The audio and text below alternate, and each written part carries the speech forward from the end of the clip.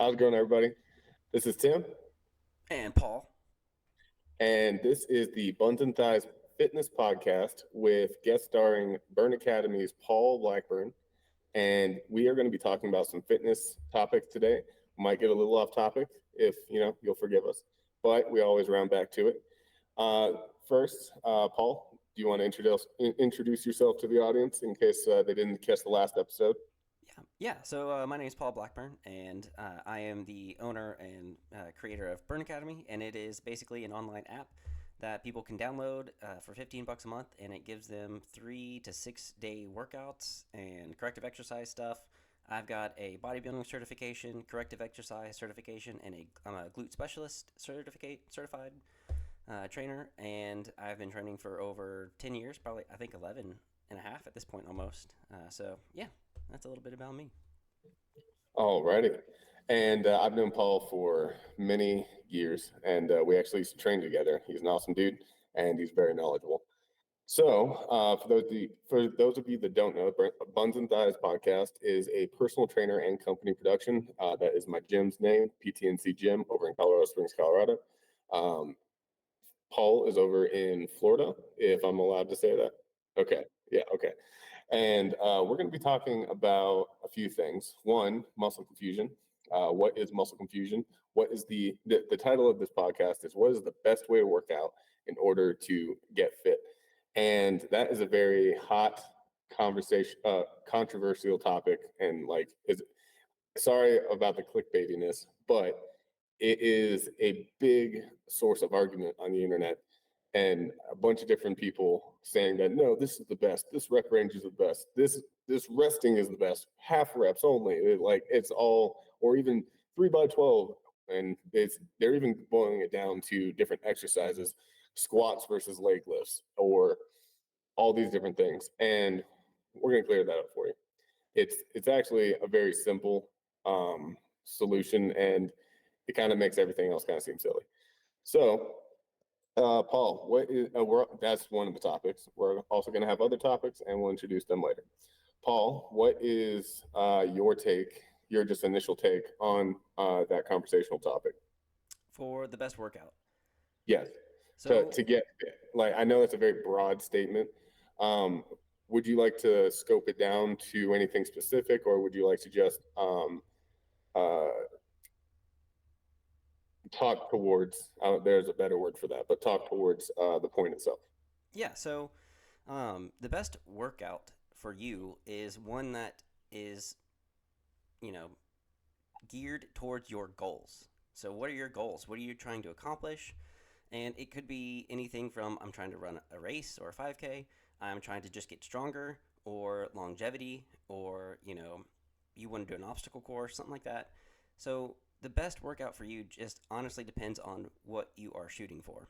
And there are multiple different ways to work out, and there are obviously different muscle fibers that everybody has. We all have fast twitch and slow twitch, and each muscle, like your chest, is comprised of predominantly fast twitch and a little bit less slow twitch. Your arms are very like 50-50. Your back is kind of 50-50. And depending on if you're trying to grow, you got to target the fast twitch. If you're trying to get your endurance for like a race, you want to really target your slow twitch, and your aerobic training needs to be up there, versus like if you're trying to just build muscle for a competition, or you're just trying to get stronger and look better, then anaerobic stuff is going to be better for you, and targeting the fast twitch muscle fibers are going to be better for you. So the best workout is just whatever goals you have, that's what you are going to try, and you're gonna work out either mostly fast twitch or work on your slow twitch. What if their only goal was to have a sculpted body and look fit and feel healthy? Then I would target your fast twitch muscle fibers, because the more muscle you have, the more fat you burn, because muscle is fat burning tissue. Fat is not going to burn any calories. So the more muscle you have, the more calories you're going to burn just sitting there naturally, and your metabolism will go up. So if you are trying to look better, the more muscle you have, the better you're going to look and feel hormonally and just physically. So um, if you are wanting to lean down, you don't necessarily have to do more cardio. I mean, it is recommended to do at least a little bit of that cardio just to kind of help with the blood flow and your heart strength, because the like we said last time, the more you do cardio, the better, physically fit your heart is, the better your recovery between sets are, and so you'll be able to push yourself harder in the gym. And so I would just say lift weights as if you're trying to bodybuild.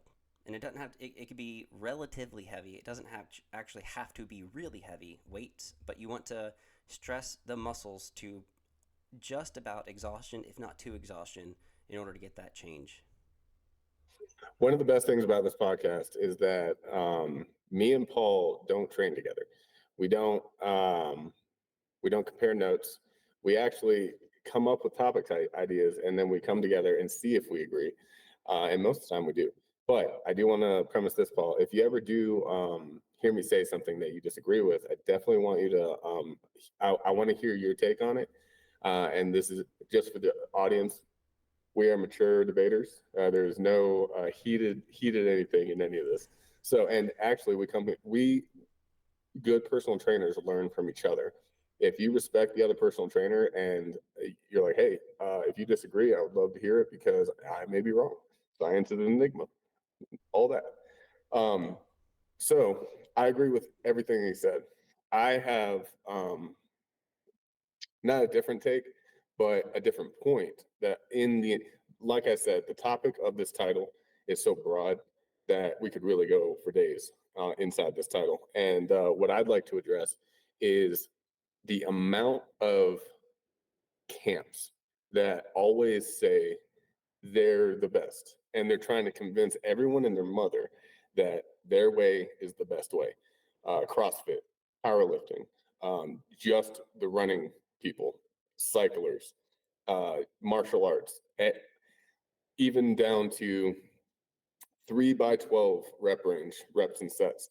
That's the best way to build muscle.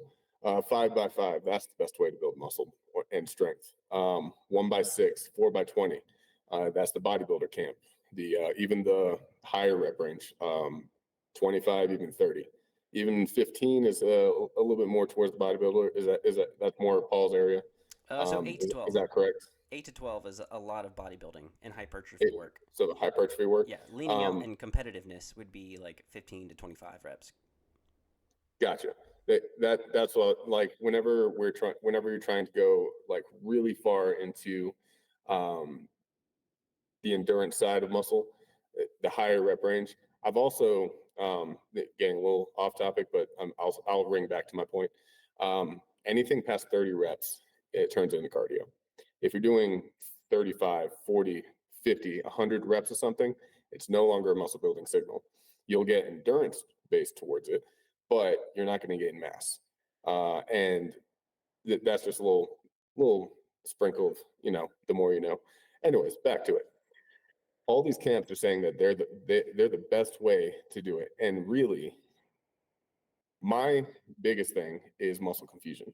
When when a client comes to me or a consultation comes to me and they're like, hey, so this is what I've been doing for years. I want to lose this last 20 pounds. I really can't. I'm strong as an ox, but I still got the gut. I still got all this. And we narrow it down to it's probably a few things: inflammation, your TVA is probably poofed out. You have that last bit of fat because your metabolism is used to the stuff that you're doing. You are used to being that strong, doing these lifts, and you've been doing it for a decade. So instead of doing the 5 by 5 that you have read on Men's Magazine is the best way for men to lift, let's actually go over to the 4 by 20 and go there for a second. You're going to have to take a hit on pride. You're going to have to go down in weight a ton. And you're going to learn that even the bar 20 times for a man like you that's never lifted more than 8 times is going to suck.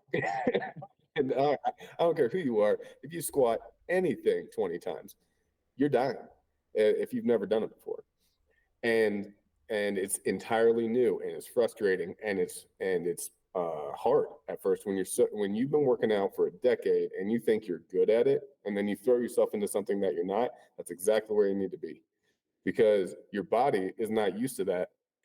And that's what it's been looking for to get rid of that last 20 pounds is that fresh new stimulus. And if whenever someone says this is the best way to do it, it's not. All of it's correct. All of it is appropriate if it's appropriate for the goal. If the goal is to lose weight, be fit, and have a well rounded, healthy body, that includes your cardiovascular system, that includes your endurance and the way mitochondria oxidizes oxygen.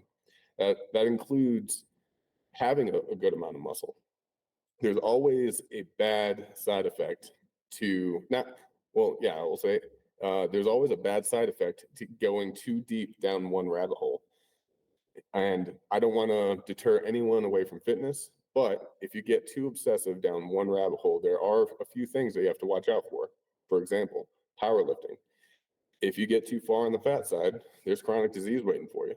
Bodybuilding, there are eating disorder and mental challenges that you have to really be either immune to or really be humble enough to know that it's part of the deal. And you have to learn to love yourself no matter what stage you're in. There is the strength category, lifting as much as possible. There is a danger factor. So there's a dark side to every one camp. But if you're just trying to be a healthy, fit human being, flitting between each camp, it gives you the best of each one of those camps, gives you a stimulus for about a month to 3 months, and then you move on to the next one. And that's what I like to emphasize with most of my weight loss clients is try everything. Stay in one place for a little bit, get used to it, get good at it, and then move on to the next one before you get too excited about it so that you can start the process all over again. Now, I think there is one thing that would be probably good to clear up is what do you mean by muscle confusion? So, what is like your definition of it? Because I know that you mentioned it earlier and that it's good for people who are in a set way or in a set routine. What do you mean by muscle confusion to them? My definition of muscle confusion, and this may not be the world's, I maybe. But my definition of muscle confusion is doing it one way for a while and then letting your body get used to that and then doing it drastically opposite. So, like doing a 5x5 set for a month, like your entire workout 5x5, which appropriately, and then there may be a few variants inside your workout for that month. And then the next month, going straight to 4x20 for most of the other ones. Instead of compound lifts, doing concentrated lifts, where it's splayed out between a lot of different muscles in one lift, that compound lift. Concentrated is a smaller amount of muscles per lift. And then you do more lifts to cover the same amount of muscle range. That would be a different stimulus in what I call muscle confusion. What's your take on that? Yeah, so like another example that I would have is, I was doing probably like leg extensions, leg curls, leg press, and then calf raises, and then the adductor abductor. I got stuck on that for about a month and a half, 2 months, and then there was a point in time where I was just like, you know what, screw it, I need to do something different. And then I did 100 lunges, just body weight, and then I did about 100 leg extensions, 100 leg curls, and then that was it. And I was way more sore the next few days than I was when I got used to the leg extensions, leg curls, leg press, calf raises, adductor, abductor kind of stuff. So just switching it up, every now and then is that kind of confusion for your muscles because it's not used to we're doing 100 lunges now. Oh, okay, that's different. And then when you do it right, you're going to be sore, and you can just do those 3 exercises and be in extreme pain for the next 3 days if you're just not used to it. So that's kind of like the muscle confusion example that I would like to give because it's good to stick to something for a minimum of a month or 2. You could do up Yeah. to 3 months before And then your you're body starts to adapt. right. And once your muscles start to adapt, you're no longer really working out. You're just you're maintaining. So you need to stimulate the muscle and innervate the muscle fibers either differently each other month or each workout cycle, whatever your little mesocycle, which is like within a macro cycle, which is within a mesocycle. And like a macro cycle would be like 2 3 months. A mesocycle is like a year. That's something I want to talk about this podcast is carb cycling. That's a hot topic that not a lot of people know about, and it is cool as fuck. Yeah. So carb Can I say cycling, look on this? Yes, I carb can. cycling is good, and so is calorie cycling. And that's another thing that I like to Yeah, talk about with a bunch of people is because they'll understand calorie cycling more than carb cycling, but yeah. um, they're Before we get to so that, different. Yeah. um, uh, so you made me doubt myself for a second. I was like, you were like, so what do you call muscle confusion? I was like, wait, wait, Oh what? no, Did I mess up? it So wasn't supposed to be a trick uh, question. I just want to make sure we agree on the muscle confusion topic. Yeah, Okay. yeah, yeah. Doing something totally different that you're not necessarily used to doing, and throwing something different in there. So like if you're used to doing like Yeah. 4 by 10, maybe doing a set of 100 lunges and then maybe like 5 sets of 10, or maybe German volume training, which is 10 sets of 10, a little bit differently. That's a little bit of muscle confusion because it's not something you're already used to or adapted to. Right. And there's also different levels of muscle confusion. There, you could do 1 month of bench press, squat, row, weighted sit up, and then you could do incline bench press, front squat, uh, pull up, and hanging leg lift. And those are very similar exercises, but it's just a slight variation different. There's also that's like just a 1 degree difference on muscle confusion, just when you're chasing a slight different stimulus, or you could do the stark opposite and do completely different everything, different rep ranges, different style of workout entirely. So it really depends on how long you've been doing it and how proficient you are in knowing when to do the when to implement muscle confusion. If you are a novice and you're trying to figure this all out and you're trying to build a workout, stark difference. That would probably be your best bet. Best bet. But what you don't want to do is lose the mental skill of the workouts that you've gotten really good at. So come back to the workouts that you've gotten good at in about 2 to 3 months, and make sure that you sprinkle in some practice even during the months that you've moved on from the ones that you like. Practice the ones that you like still. So like if you move on from squat to deadlift and you're doing squat 1 month and then you're doing deadlift the next month, make sure that you keep your mobility for squat. Use squat as your warm up for deadlift.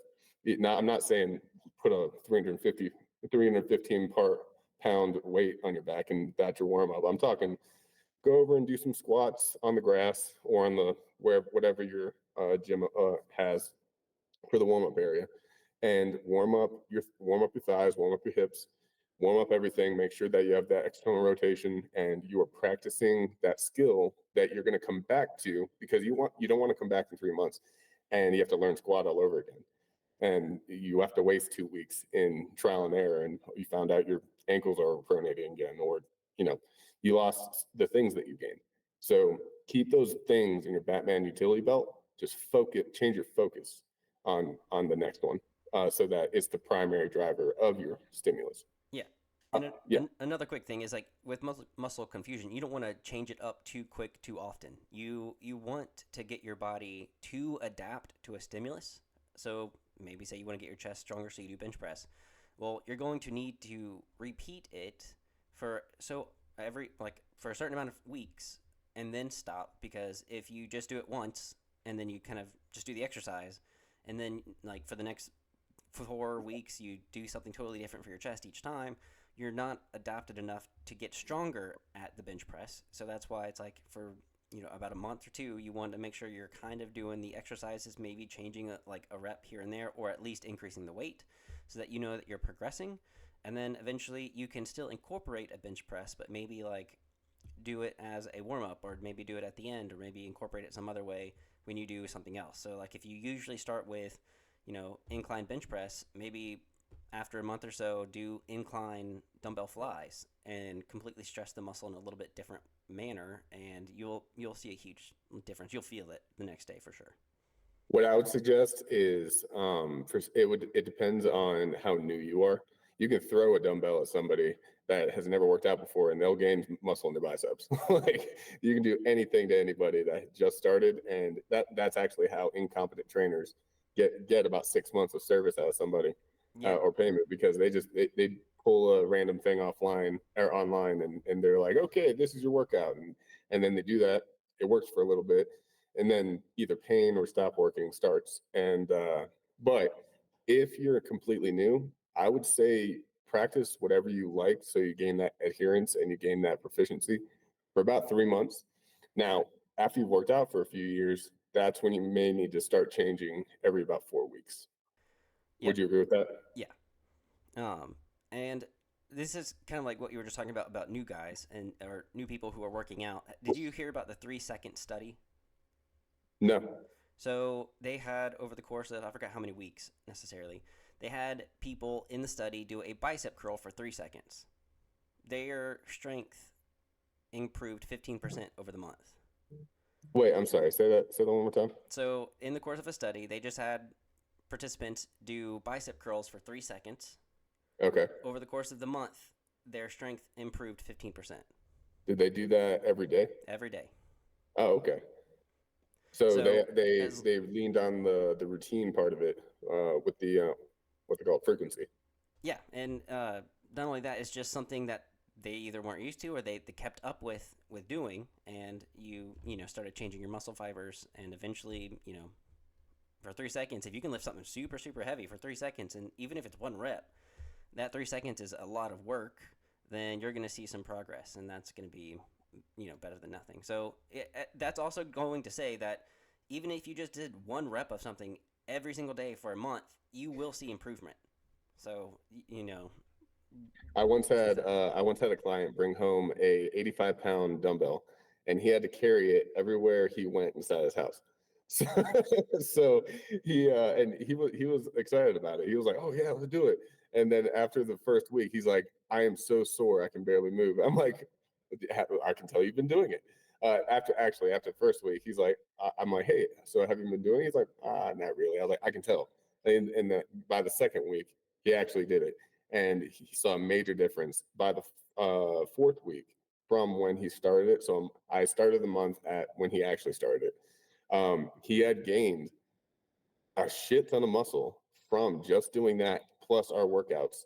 He carried that dumbbell from his living room to the bathroom to the kitchen to like everywhere he went, and it was by his bed in the morning. He picked it up, went and brought it to the bathroom, did his stuff. Every time he walked somewhere, he had to carry that thing, and I told him he had to carry it in different spots on him. And by the end of the month, he was ready for a 95. And yeah, and he is still training with me today, and I think that was one of the most effective little like hacks that I've ever actually called a hack and or I've ever heard of being called a hack and it actually works. Carry something around with you, apply frequency so it's every day. Your routine, your CNS, your central nervous system will start to realize that this is a part of your life now and you need that extra strength in order to do this daily activity that wasn't there before and is now part of your routine, and you will adapt to and wrap yourself around that routine. And I I'm glad you brought that up because honestly, it's one of the funniest things I've ever done as a trainer. That's pretty cruel, and I thought I was awesome for torturing people as a living, but that's that's even torturing them when they're not with you. Yeah, personal trainers. We're not what's it called sadists. Yeah, no. Yeah, right.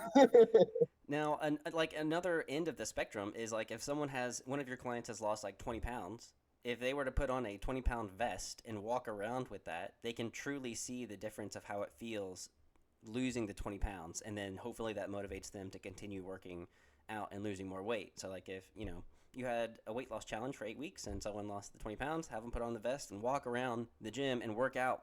And then when they leave, take off the vest, and then they'll be like, wow, it feels so much better to have that 20 pounds off of my chest, off my back. And yeah, that really is a good eye opener for a lot of people as well. Yeah, yeah. It's like shocking to them. They're like, "This is how much was on me." Yeah. So let's pop in with creatine. Yeah. So You were creatine. saying so before we started the podcast, we started talking about it a little bit, and I was asking about what Paul thought between HCl and monohydrate. So creatine HCl and creatine monohydrate. I have some thoughts on creatine as a whole, but the difference between the two, I know an adverse side effect of one, and it may be hearsay, and so I want to clear that up with Paul because he's done more research on it. in that part of the spectrum. But I just like first, what's your thoughts on creatine? So, creatine is probably the best legal supplement to take that will definitely yield results. So, creatine monohydrate has been studied more than creatine HCl. And so there's a lot more scientific data on monohydrate, creatine monohydrate. And as far as I understand, creatine monohydrate, so there's two ways to start it. You can just start it normally and take 3 to 5 grams every single day and wait for your muscles to become saturated with extra creatine, which the reason you're taking the extra creatine and it is stored in your muscle. And if you feel like you're gaining a little bit of water weight, it's stored in the muscle and it's not extra fat, it's not any of that. And it is a little molecule that helps ADP become ATP again. So ATP, adenosine triphosphate, is what is used for a contraction. So whenever you do a bicep curl, ATP is utilized, and then one of the molecules, a phosphate molecule, disappears, and then it becomes, instead of ATP, ADP, and then a creatine phosphate molecule comes back in to regenerate ADP to ATP so that you can keep going. With a readily available source built up in the muscle, you've got more creatine phosphate molecules to be able to regenerate the ATP a lot faster. And so you should be able to go longer and do an extra, even rep or two or three, depending on what weight you're using. And eventually, you will see about a 33% increase in strength after taking the normal dose of 3 to 5 grams every single day. Now, there is also another way of starting creatine. It's called a loading phase, and that's where you take up to about 20 grams for like 3 to 5 days and then drop it down to about 3 to 5, um, and then keep going because you're just trying to you saturate your muscles as fast as you can and get going. But that can also lead to a lot of gastrointestinal distress and bloating, so it's pretty tough to. I've heard that was part of the adverse side effects that I was talking about. I've heard that there's some controversy on whether the loading phase is actually as effective as people think it is, or worth the adverse side effects of doing it. And people, I would advise just starting with the 5 grams Yeah, and just doing the waiting. yeah, I don't suggest the loading phase. A lot of people like to do it and can. Some people can handle it. I didn't start that way. I just did it 3 to 5 grams because I didn't want anything crazy to happen. And you want to make sure that you're drinking lots of water the entire Yeah. time. And a lot of clients who did start creatine did see a huge improvement in strength and muscle growth. And so I think the data showed it was about 33% increase. So yeah, the creatine monohydrate is the most studied. It is the best weightlifting besides protein and caffeine. Those are really the only three things you ever need if you're working out. Everything else, like BCAAs, maybe EAAs, not necessarily worthless, but you're not getting what you're really truly paying for. So And what it's advertised to give you, right, and especially if you're eating meat. right. And just HCl is kind of like, I feel like, a waste because again, it's not the most studied and it doesn't feel like it yields a lot of results as creatine monohydrate. So that's a little bit with creatine. So I would like to add on the benefits of creatine. Um, they have done studies in the past 7 to 5 years, so fairly recent as far as studies go, on the effect of creatine on arthritis, dementia, Parkinson's, Alzheimer's, and any type of mental disorder with mental decline, memory loss, anything that has to do with brain function deteriorating or starting to get slower, and even autism. And what they found was there was a 30% increase in being back to normal, and actually, one, preventing dementia when it was hereditary, and reversing it. And that's the biggest one that got all the pizzazz. If I don't care who you are, from a young age to until you die, creatine is the number one supplement that should be a household supplement, no matter if you're working out or not. Right now, it's associated with, because it's been marketed this way, with just gaining muscle and trying to get jacked. I've had a personal trainer who was the manager of the personal trainers of Lifetime. I was like, hey, so do you take creatine? He's like, oh no, I don't want to get swole. I'm like, that's definitely not the only case for creatine. Creatine is a mental health supplement. It helps with your heart. It helps with organ health. It helps with literally almost everything in your body that uses ATP in the first place. And it actually is, it makes you sharper. It just because it helps with brain health as well. It the the amount of studies that are going into this, it's fairly new, so it's not being marketed this way, but you're going to see in the next 10 years it's going to be grasped and taken and marketed in an entirely different way, towards children, towards women, towards elderly, towards everybody, not just bodybuilders and strength competitors. Yeah, and another quick thing about the muscle. So I've actually been training a 99-year-old at here in Florida, and we're all surprised because he can still bicep curl 20s, he can shoulder press 15s, and it's insane to see this guy walk without a cane. He doesn't need glasses. He has hearing aids, but other than that, he's like a healthy 99-year-old guy. He was a physician. He served in World War II, and he attributes his health to his diet, which was low calorie and Mediterranean style. And he was an amateur boxer and kept up with working out. And so if and another guy who recently passed away not too long ago because of he had like a form of multiple sclerosis, and he wasn't supposed to be walking at his age at all. But because he had played soccer and worked out when he was younger, he was still able to function at least okay. So the benefits of working out and building muscle, and even adding creatine to that to help continue to build muscle, if not just living a healthy lifestyle, working out and building muscle is the like best thing you could ever do for your body and your longevity. It's marketed so differently though. Like everyone says that one, gaining muscle will make you fat. It's marketed as gaining muscle will make you tight. Like you won't be flexible anymore. You won't be able to reach your back. If you work out in full range of motion, you're actually going to gain mobility and flexibility. The difference between flexibility and mobility to the viewers is flexibility is how long can your muscles stretch, and mobility is how long are your muscles already. So can you go into a full range of motion and then stretch further? That stretch further part is flexibility. If you have full range of motion and your muscles are as long as they should be, that's mobility. And if you work out in full range of motion, you are actually going to gain mobility. I have fixed people where they have a limit; they're all tight and curled over and hunched, all that.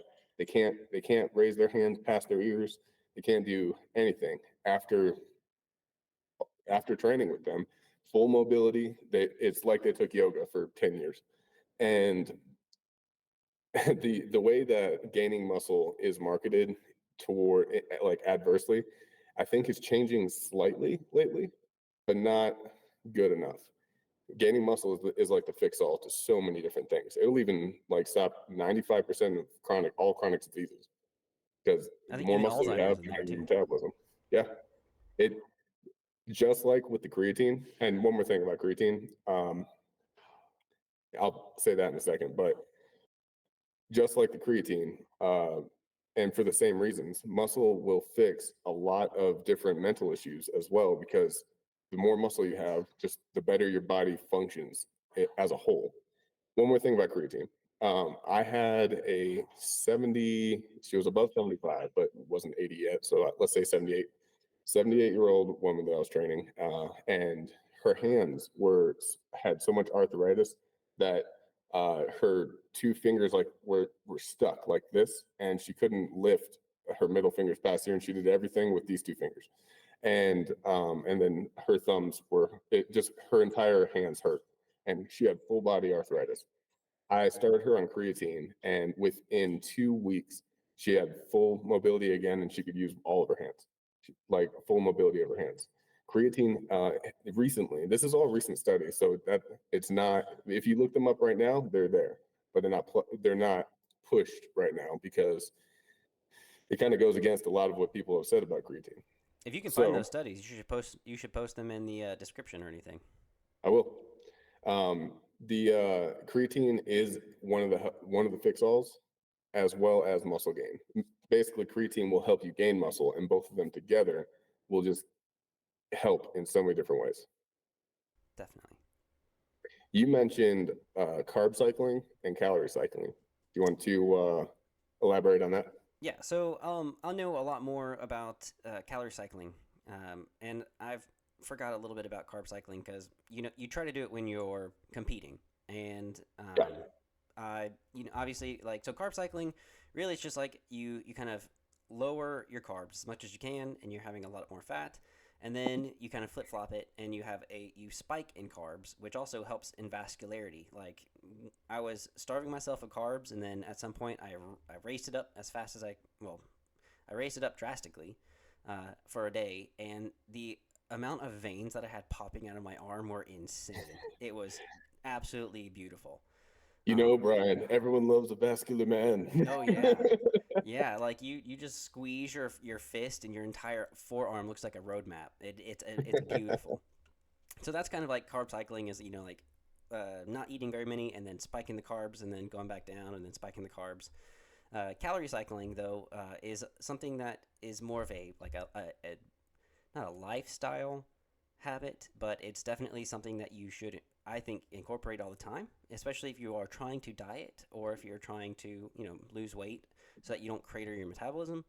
So, calorie cycling is, you're eating in a deficit of 300 to 500 calories, and then for like 3 to 4 days, and then on the fourth or fifth day, you spike up another 300 to 500 calories, and then the next day you go back down another 300 to 500, and then you do that for 3 to 4 days, and then you spike it up again. So that's kind of calorie cycling to make sure that because the less you eat, the less the lower your metabolism goes, and then you spike your metabolism when you eat because your metabolism's breaking or helping your digestion and whatnot as well. So what I would suggest to help make sure that you don't start to just gain weight because you're trying to eat less and less and less is to spike the amount of calories you have for at least a day every fourth or fifth day. So when I tell my clients about when they're first starting, and they're not a bodybuilder level, they're just starting, and it's phase two of how I'm helping them with nutrition. Phase one is eating the amount of protein that they should eat, and we talked about that last podcast. And phase two for me, once they're able to eat that amount of protein and they've gotten used to it, then we match their carbs with the amount of energy that they're expending. But it's not just the immediate stuff. It's also we have to think about, are they building muscle that day? What's the passive extra energy that they're going to need? Are they do they have a high performance job? Are they a laborer in their job? Like all these different things. And if they are highly sedentary outside of working out, then I tell them, okay, think of carb use as a isosceles triangle, where the highest amount of carbs that you should eat is during the day that you work out. Let's say that they're working out twice a week with me. The highest amount of carbs they should eat is when they're working out, then a medium amount the next day because they're going to basically be doing nothing. This is someone that we know that you shouldn't just sit after a workout, but some clients they just aren't going to. They're going to just sit after a workout for the next 3 days until the next session. So if they're going to be doing a low amount of activity, keep their protein the same. So protein compared to their lean body weight, that's the way that I tell people to do it every single day so that the materials are there no matter what. And then carbs depicting on how much energy is being used. So it takes about 3 days to gain muscle from a workout. High amount of carbs first day, about 75% of the same on the second day, about 50% on the third day, and then start it all over again on the day of the workout. What's your thoughts on that? I think that that's fine. Like when you're inactive, you don't need to be eating a lot of calories, and then when you're active, you need to have some calories because that's kind of very similar to the circadian rhythm and eating based on your circadian rhythm, but it's also based on your activity level. So if you're going to be inactive those days, don't have as many carbs. You just don't need the calories. You don't need the sugar. You don't need to fuel the muscles and pump them with glucose. The the days you do work out, you're going to be utilizing a lot more calories and a lot more glucose out of the muscles. So that's when you want to eat and spike your calories. So I mean, I totally agree with that. And then it also depends on the time of day as well when you want to spike your carbs. So nutrient timing is a crucial thing to understand if you want to maximize the efficiency of your food. You eat like a high fat breakfast, and then before and after your workout you have a lot of carbs, and then when you're done with your workout, the later it gets, you start to wean down the carbs and increase the fat just a little bit more. And that is the best way to kind of fuel the workout and fuel the muscles. And again, if you're working out in the morning or afternoon, that's like probably the best. But if you have to work out in the evening just because of your work schedule and the time that you can train with a trainer, then you want to have a little bit of carbs afterwards just to refuel. But you don't want to spike it too much. There's I forgot the exact ratio of carbs to protein to all that stuff that you're supposed to have immediately right after, because there's a limit of glycogen that your body can metabolize at a time, and if you overload it, you're going to either store it or it's just going to kind of not be that beneficial for you. Right. A lot of people, I say a lot of people, some people, they, as soon as they're done working out, they just gorge themselves. And that is definitely not a good idea. I don't want to glaze over what you said. I kind of want to break it down a little bit. You said high fat in the morning, sandwich the carbs around the workout, and actually during as well if they have some kind of carbohydrate drink like you can. My gym sells you can. It's a complex carbohydrate powder that is a highly refined complex carb, and it the reason why you want to, and I'm basically elaborating what you said about the sandwiching the carbs. You want to be full of glycogen and glucose before you start the workout so that you can perform during the workout. You want to keep that going at a good rate of blood sugar during the workout so you don't get tired. And then after the workout, you want to basically kickstart the muscle building. Is that basically the reasoning behind the carb sandwiching? Yeah, because the amount of carbs that you're giving yourself is going to be the immediate energy source that your body wants to pull from. And so Right. that's why when you give yourself the sugar, your body will be able to utilize it a lot more and better than if you are trying to just use fat for energy, because the glucose or your sugar is the most readily available and the best fast acting energy source that your body wants to pull from, and that's just naturally what it wants to pull from to begin with anyway. So that's why, if you're going to lift heavy, you're going to want a lot of carbs. And so, what's your reason? So, can you elaborate about the tail ends of the day? So, the beginning and the end, where it's a high fat, uh, would you say no carb, and Yeah, the probably high least. protein in the beginning, and about Yeah, half because of that? I think it was the MI40, like the Ben Pekulski gym, that was also talking a long time ago. Whenever I was competing, about a high fat, high protein breakfast is going to help your blood sugar stabilize for the rest of the day, as well as kickstart the metabolism of fat.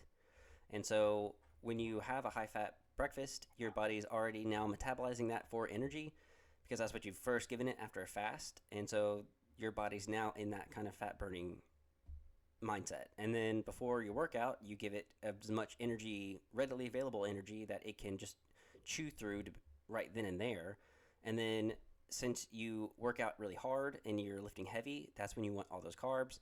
And then your muscles become very insulin sensitive, because now you've just expended a ton of glucose and a lot of sugar. And so now you want to replenish your muscles of that depleted glycogen with more carbs so that it can absorb it a lot easier, whether that be liquid carbs or just something quick after your workout, like even a few gummy bears, gummy worms, whatever. That's kind of like high in sugar, no fat after your workout, because that's going to start stalling and slowing down the process of getting the sugar to your muscles. And then so that's why you want a lot of carbs, like up to maybe 2 grams of fat if you can, and then lots of protein, because then that'll get to your muscles faster, because they're willing to soak up as much glycogen and protein as they can. And then later in the day, when you're going to be inactive, your body doesn't need carbs. It doesn't need the energy. You're just going to be probably sitting down watching TV, you're doing some work or whatever before you go into bed. So you really don't need that kind of energy. So that's why you want to eat your carbs around your workout and kind of taper that down. So this kind of reflects the energy systems a lot, and I say kind of, it does reflect the energy systems a lot, and just like how the more muscle you have, the more metabolism you have. That's a reflection that they're hand in hand. They have to do with exactly each other. Can I give? I want to give an example of a daily food, consumption, and you let me know if this coincides with what you said. So cottage cheese in the morning, no fruit, no anything else. Maybe cottage cheese that's high protein, high fat, and maybe some eggs on the side with the yolk, also protein and fat. And then go a couple hours. Then you have a high protein or a high carbohydrate meal. Let's say potatoes, sweet potatoes. This is just an example. I know you're not just going to eat sweet potatoes for a meal, but sweet potatoes with some cinnamon, but no butter because that we're trying to keep it just carbohydrates. And then you work out. Would you have protein with that second meal before you work out? Okay. So let's say sweet potatoes and some chicken legs, or not chicken legs, but chicken breast. Or even white rice. Anything also like less complex because you're about to break it down and need it like readily available quickly. So complex carbs might not be the best before. What about 2 hours beforehand? Yeah, that could be fine. Because I'm trying to think. I've got so the book I've got right now pulled up even is the nutrient timing book. I forgot exact. Let's see what page am I on? 83. So let me just try to get to where I'm trying to see what. So the nutrient timing book by John Ivy, PhD, and Robert Portman, PhD, is what I recommend. And maintaining the anabolic state is what you want to eat afterwards. So eating beforehand is going to be, yeah, like the simple carbs, simple sugars that you can readily available use. And so the complex, if you're going to eat it maybe 2 hours beforehand, that could be fine because if that's what you have, and if it's that long before you work out, that's good. I remember in college it was like maybe between 175 to like 150 to 175 calories before you work out by an hour and a half, and then like the closer you get, the less calories you want. The farther away, the more calories you want. And yeah, so complex carbs, the farther out would help for sure. Right.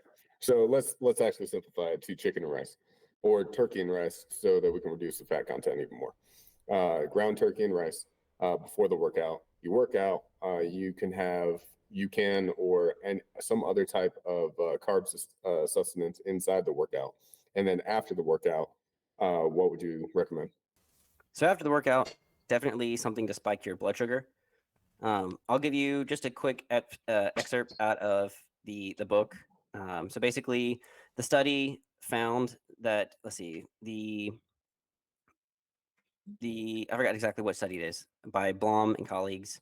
So their study found that providing a high carbohydrate supplement immediately after exercise and continuing supplementation at 2 hours and again at 4 hours after exercise maintained a high blood insulin level and a rapid rate of muscle glycogen synthesis for up to 6 hours, which really helps with muscle growth.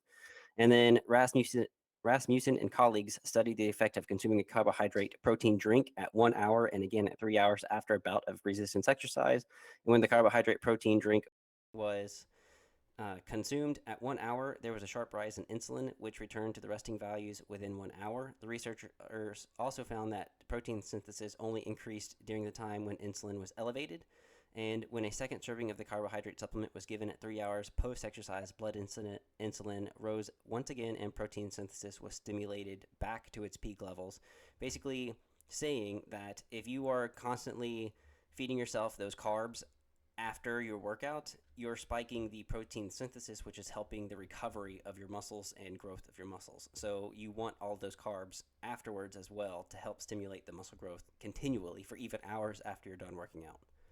So you definitely want the complex carbs afterwards. More simple because you want to spike your insulin levels, and so the complex carbs are more fiber, and so it takes longer to break down. And then so the white bread or just rice, easily something that can be quickly turned into sugar is something that you're looking for after your workout.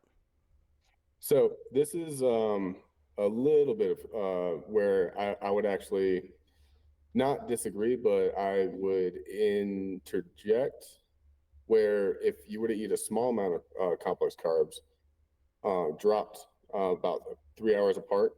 Let's say that they have to work out in the morning, and then let's say every about 3 hours, because it takes 2 to 4 hours to digest for complex carbs to be readily available for the body.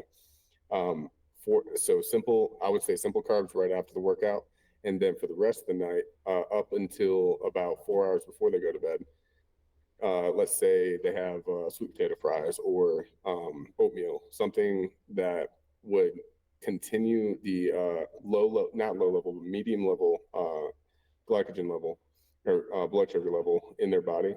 And then 4 hours before they go to bed, if they were still hungry, then going towards the fat content and no carbs. Yeah, if you're still What's your opinion on that? um if you are on a high carb, low fat diet, and that's what you needed to eat to continue filling up the macros that you need and the calories, bringing up the calories you need, then that's fine. I just think that the simple sugars are what you need to continually spike the insulin after your workout to complete the protein synthesis hours on end is what is needed. And then the complex carbs, like a little bit on, like maybe 4 hours, 5 hours later, is fine because then, it's a steady rate, a slow rate of keeping the blood sugar stable. If you're getting too hungry at night, even if it's like 2 hours before bed, don't eat. Maybe have like a protein shake instead because that's fast digesting because it's just liquid and it's not going to sit in your stomach for very long. And so that's what I would recommend. But anywhere but at 4 hours definitely before bed, I wouldn't be eating just for the sake of gaining weight and intermittent fasting is something I continually tell people that is super super beneficial for them. And if you can stop eating, 4 hours before bed and then get 8 hours of sleep, that's a solid 12-12 bare minimum of what would be considered intermittent fasting. Okay. So the reason why I was asking is because I have a lot of I have a couple different clients that they have different dietary needs. Like I have a few diabetics. I have a few so they have to go low carb, high fat. I have a few people who they just work better on higher carb and lower fat. And I'm trying to get I'm still in the process of getting because it's individualized per person, no matter what category they're in. And so different approaches are always welcome. And so I'm definitely going to take your approach and apply it to two of my clients and see how it goes. Yeah, yeah, good. Because it's all based on insulin levels and maintaining the protein synthesis after you're done working out to keep that muscle repair going. I know we got a little hairy on the like what what I wanted to do was portray for the audience what a simple day of eating would look like. Can you tell me what you would eat on a day? Yeah, so for breakfast, I usually have 6 eggs. I usually have, out of the 6 eggs, two yolks, so two full eggs, and then the other four are just egg whites, and that's it. I'll add a little bit of salt and a little bit of cheese for the extra fat, so that my blood sugar stays constant for the most of the day, especially if I have too much like carbs after. For lunch, I'll have right now I'm having like rice, roast, uh, potatoes, peas, carrots, onions.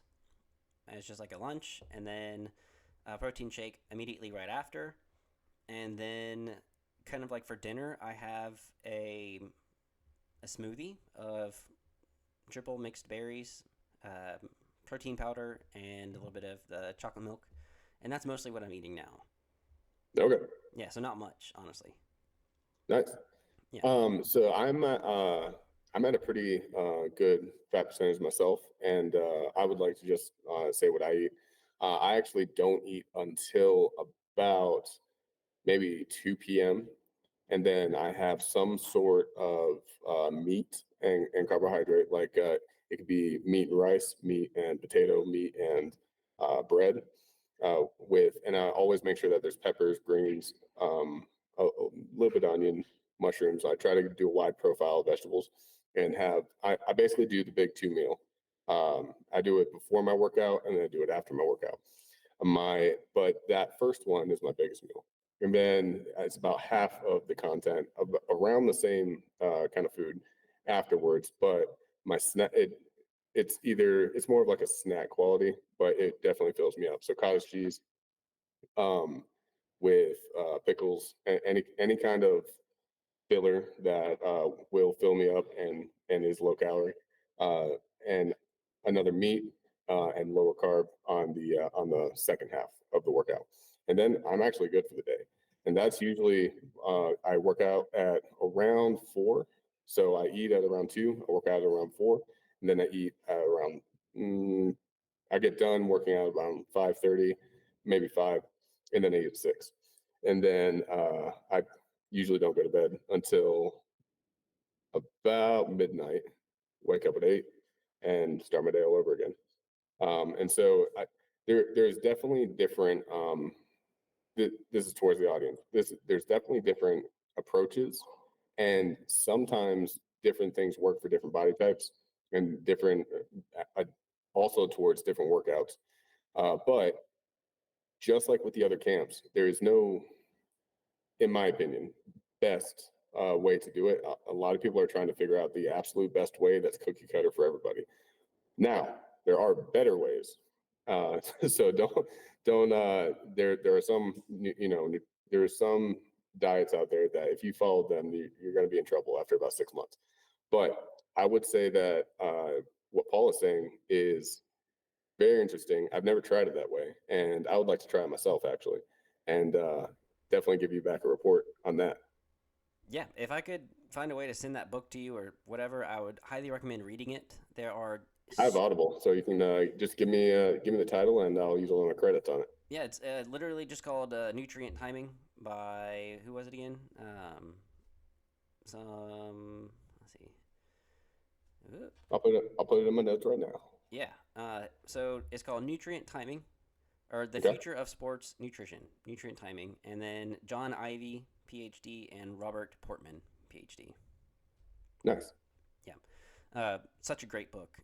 Teaches you so much about when to eat and how much to eat when, and it gives you precise grams and everything. So, and it tells you like how many grams of carbs or glucose you can have after your workout before it's too much, because there's a certain amount that you can have that is great to help spike your insulin, but then too much is detrimental for all of that. Yeah, people need to understand that too much of anything is a bad thing. Too much protein, like neoglucogenesis, happens and it just turns into carbs, Mm-hmm. and then extra carbs turn into fat. So like they a lot of people they learn the mathematical equation and the secret Krabby Patty formula, and they just like religiously dive into it and they rabbit hole into it and like speculative, and then they forget all about the adaptive gene and like the fact that everything is individualized, and they live by it, and then they start arguing with people on the internet. Yeah. All right. So this kind of flew by today.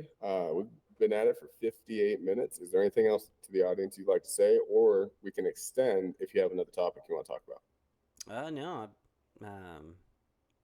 nothing off the top of my head right now. Okay. So thank you everybody for listening. My name is Tim. This is Paul. He owns Burn Academy, and I own PT&C Gym, that's personal trainer and company.com. And this is Buns and Thighs, and we'll see you next time. Woo.